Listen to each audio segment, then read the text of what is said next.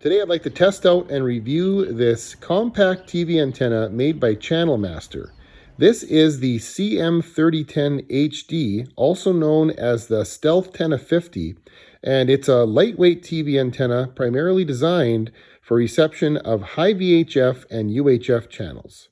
Now, interestingly enough, this antenna here I'm going to review today shares the same model number as another antenna also made by Channel Master.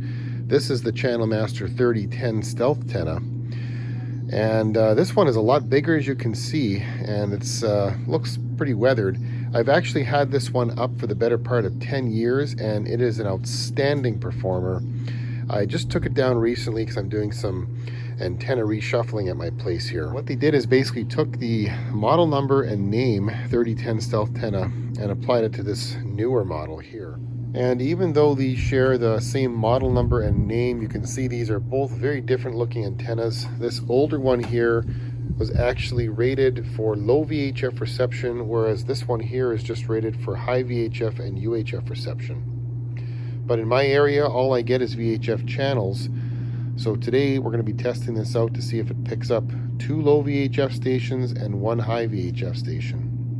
No UHF channels in my area. It was pretty much assembled out of the box. All you had to do is unfold these elements here and then tighten the wing nuts.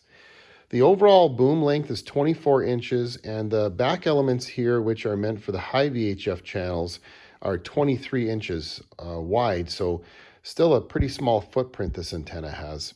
Also included is a 75 ohm transformer here that just connects on these front wing nuts. Now, one thing about this is that these are prone to straining and breaking sometimes just from being flapped around in the wind or being pulled on. So I added a zip tie to keep that connected to the boom to hopefully avoid a little bit of strain on this wire. And at the back here, there's an adjustable angle bracket here, which gives you a little bit of flexibility in terms of direction, and the mast clamp is also included. This antenna is made of mostly metal, which is a good thing. There are some plastic insulators along the boom here, and the elements are a little on the thin side, but they're curved to give them some rigidity. And with the overall lightweight design and shape of this antenna, I can't see it picking up a lot of wind. So I'd say the build quality overall is good. So this antenna is designed to pick up channels on the UHF and high VHF TV bands. So basically channels from 7 and up. And you can normally tell what an antenna is designed to pick up by its size. The small front directors and this element cover the UHF band, which is channels 14 through 36, and the longer elements on the back cover the high VHF band, channels 7 through 13.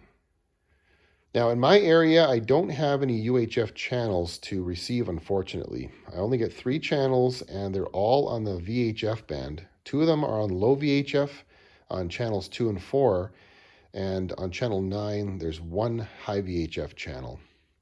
So that should be a good test for this antenna to see if it can pick those channels up. The only saving grace is that I live close to the broadcast towers, about 6-7 miles away. But all the channels are not what I'd call high-powered. The low VHF channels broadcast with 1.2 kilowatts of power, and the high VHF channel on channel 9 broadcasts with 4.5 kilowatts of power. So realistically, with that kind of broadcasting power, those channels are broadcasting with far less power than even low power stations would in the US. And to mount this antenna, what I'm going to do is actually take this mast clamp out altogether and then just mount it flat against a post. And I can take advantage of this adjustable swivel bracket here to adjust the direction the antenna is pointing in. And what I did here is just rigged up a temporary stand for this antenna using an old cement deck block and a couple of scrap 2x4s. And I mounted the antenna to a piece of 1x4 I had in my garage. So it's about 8 feet in the air, and it's so lightweight, so this is plenty sturdy to hold this. And I've got it pointed at my local broadcast towers. And now we'll go inside and check the signal. and see how well it's picking up these VHF channels. And we're going to be using this Aluratek digital converter box to check the signal strength today. Okay, looking at the signal meter, we're getting some good signal quality from the local channels here, anywhere from the mid 60s to the mid 70s. And keep in mind that two of these stations are on the low VHF band. I wouldn't necessarily expect any reception from low VHF channels unless you're in a very similar reception situation to mine, being very close to the broadcast towers. Keep in mind I'm only 6 or 7 miles away.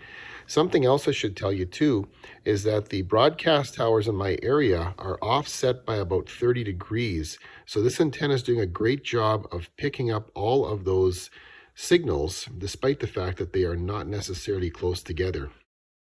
Channel Master gives this antenna a 50-mile rating, which I think is reasonable under ideal conditions. If you live in a reception area with UHF and high VHF TV channels with medium to strong signal strengths, and you have a clear line of sight to your broadcast towers, meaning that there is no mountains or tall buildings blocking the signal, then this antenna should work fine in your area.